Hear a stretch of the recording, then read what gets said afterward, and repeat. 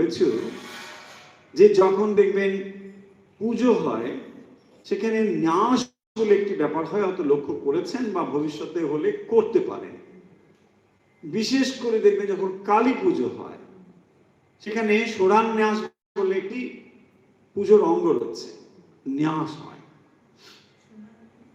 যেখানে শরীরের বিভিন্ন অংশে স্পর্শ করে দেবদেবীর বীজ মন্ত্র সেখানে উচ্চারণ করা হয়।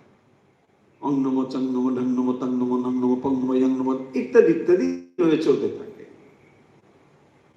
যারা এই বিজ্ঞানটি ঠিক ধারণা করতে পারেন না, জানেন না, তাদের কাছে এটা একটা হাস্যকর বিষয় বলে মনে হলেও হতে পারে, কিন্তু তন্ত্র শাস্ত্রে যারা অভিজ্ঞ জানেন তারা এর গুরুত্বটা বোঝে।